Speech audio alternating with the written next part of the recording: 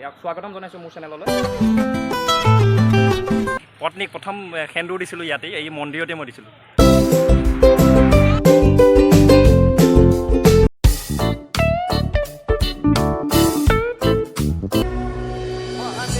আৰু এতিয়া আমি আৰম্ভ কৰিলোঁ যাত্ৰা দেওশাললৈ।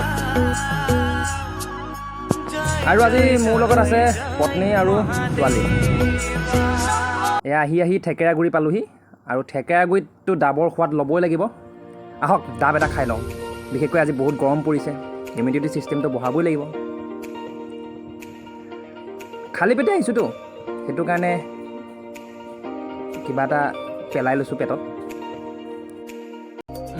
বম্পা টেষ্টি। আৰু আমাৰ ইয়াৰ প্ৰিয়াংকনাই খাইছে। ব'লক এতিয়া নাৰিকল লৈ ল'লোঁ। যাত্ৰা আকৌ আৰম্ভ।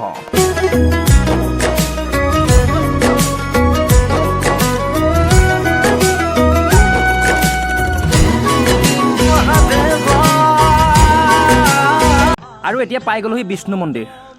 বিষ্ণু মন্দিৰটো সেৱাভাগ জনাই লওঁ, কাৰণ মই গুৱাহাটীলৈ যোৱাৰ পথত বা এইফালে আহিলেই মই বিষ্ণু মন্দিৰত আৰু দেওশাল মন্দিৰত সোমামেই, যিহেতু আজি ফাৰ্ষ্ট ব্লগটো আৰম্ভ কৰিছোঁ তাতে। এভাগ সেৱা জনাই লৈছোঁ। ভাগৱত পাঠো হৈ আছে তাতে, ভাল লাগিছে। জয় ব্ৰহ্মা বিষ্ণু মহেশ্বৰ। আৰু এতিয়া আমি বৰ্তমান একদম পূৰা চিধা চিধি গৈ আছোঁ দেওশাল মন্দিৰ। আৰু দেওশাল মন্দিৰ ইয়াৰ খুব ওচৰে পামেই আৰু।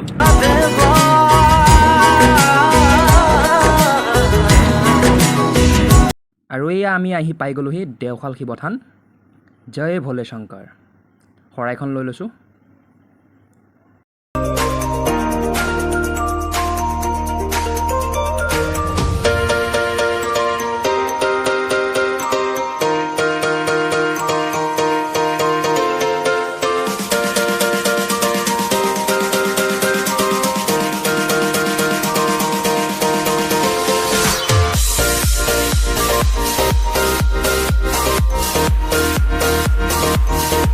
নমস্কাৰ, মই চিংকু শইকীয়া।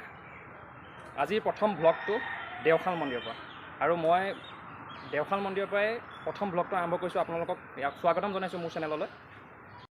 মোৰ লগত বাবা আছে, আৰু বাবাৰ পৰা মই জানিব বিচাৰিম যে দেওশাল মন্দিৰৰ স্থাপিত কেনেকৈ হৈছিলে। বাবা আপুনি কওঁ। প্ৰথমতে মই চেনেললৈ আপোনালোকক স্বাগতম জনাইছোঁ।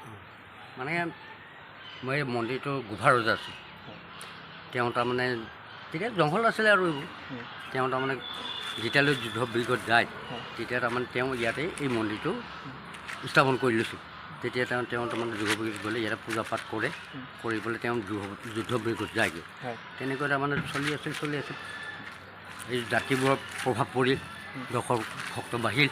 তেতিয়া তাৰমানে ক্ৰমান্বয়ে তেওঁ এইটো বনাব ধৰিলে, আৰু অলপ ডাঙৰকৈ বনালে।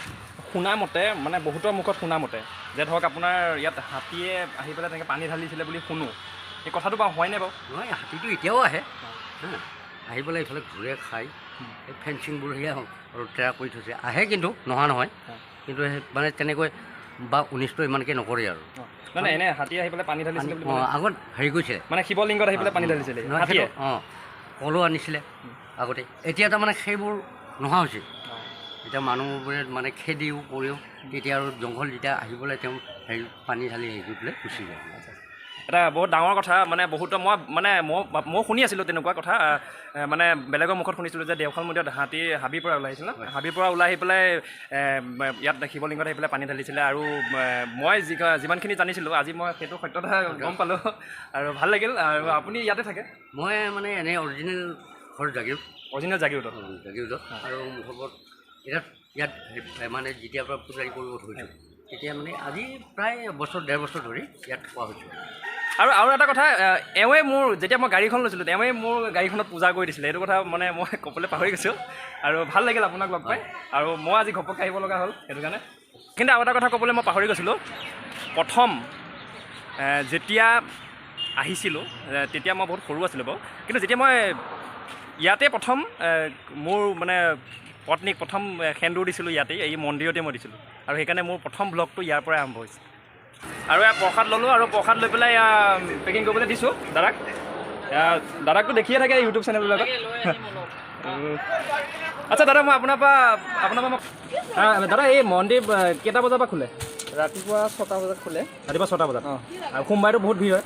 সোমবাৰে ভিৰ হয় বহুত। অঁ আৰু আপোনাৰ আবেলি কেইটালৈকে থাকে? আবেলি 5টালৈকে থাকে, 5টা 5:30। আবেলি 5টালৈকে, তাৰপিছত মানে সন্ধিয়া টাইমত বন্ধ থাকে। সন্ধিয়া টাইমত বন্ধ থাকে। আচ্ছা আচ্ছা, মানে সন্ধিয়া টাইমত কিয় বন্ধ থাকে বাৰু? মানুহ নাহে যে, যাত্ৰী নাহে অঁ সেইকাৰণে। আৰু আগতে হাতী যে ওলায়, এতিয়াও হাতী ওলায় নে? ৰাতি আহি থাকে, সন্ধিয়া ইয়াতে ওলায় মাজে সময়ে আহি থাকে। অঁ আহি থাকে, ৰাতিও আহে, সন্ধিয়াটো আহে। অঁ আৰু এতিয়া দেওশাল বাবাৰ আশীৰ্বাদ লৈ পেলাই মোৰ গাড়ীখনতো মই এভাগ পূজা কৰি ল'লোঁ। আৰু এতিয়া যাম জাগিৰোডৰ টাউনত ভাত খাবলৈ।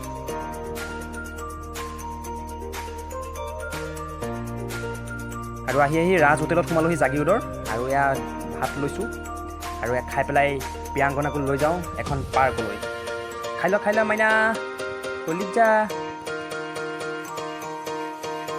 আৰু মোৰ প্ৰিয়াৰ বাবে মই আহি পেলাই পালোহি এতিয়া বৰ্তমান নিজৰা পাৰ্ক, আৰু নিজৰা পাৰ্কত তাই এখন খেলিব।